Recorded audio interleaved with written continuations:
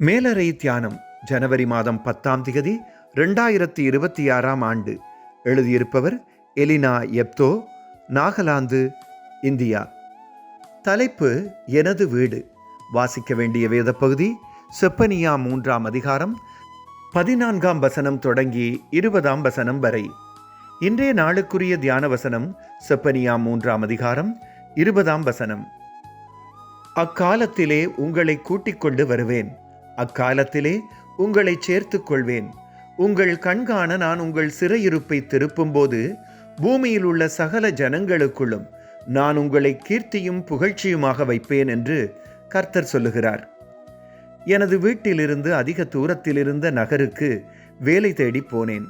எனது நிதி நிலைமை நன்றாக இல்லாதபடியால் இனத்தவர்கள், நண்பர்கள் ஆகியோருடன் மாறி மாறி வசித்தேன். ஒரு இடத்தில் நீண்ட நாட்கள் நிற்க வேண்டியிருந்தால் அவர்கள் ஒரு குறையும் சொல்லாவிட்டாலும் எனது மனதில் குழப்பமாக இருக்கும். எனக்கென்று எப்போ ஒரு இடம் கிடைக்க வழிபிறக்கும் என்று ஏங்கியபடி இருந்தேன். ஆனாலும் ஏக்கத்திற்கு ஆறுதலாக இஸ்ரேலியருக்கு கொடுக்கப்பட்ட இன்றைய மகுட வாக்கியமான கடவுளின் வாக்குறுதி எனக்கும் ஏற்றதாக இருக்கிறது.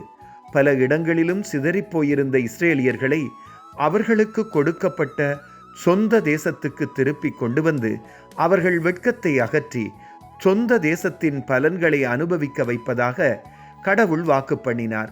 அங்கே பாதுகாப்பை அவர்கள் உணருவார்கள். அந்த நம்பிக்கை அவர்களின் கஷ்டங்களை தாங்கிக் கொள்ள பலனையும் சமாதானத்தையும் கொடுத்து அவருடைய நாள் வரும் வரை காத்திருக்கச் செய்தது. என்னுடையது என்று நான் சொல்லக்கூடிய வீடு கிடைக்கும் வழியை காண்பிக்கும் வரையில் எனது ஆத்மீக வீடாகிய கடவுளின் அன்பிலும் ஆதரவிலும் பாதுகாப்பிலும் காத்திருப்பேன். ஜெபம். அன்பான ஆண்டவரே, இவ்வுலகில் நீங்கள் தந்திருக்கும் தற்காலிக வீட்டுக்காக நன்றி சொல்வதுடன் நீங்கள் தரப்போகும் நித்திய வீட்டுக்காக நம்பிக்கையுடன் காத்திருக்கிறோம். ஆமேன். இன்றைய நாளுக்குரிய சிந்தனை: நான் எங்கிருந்தாலும் கடவுளே என் வீடு. கர்த்தருடைய அன்பும் ஆதரவும் பாதுகாப்பும் இந்த நாளில் உங்கள் அனைவரோடும் கூட இருப்பதாக.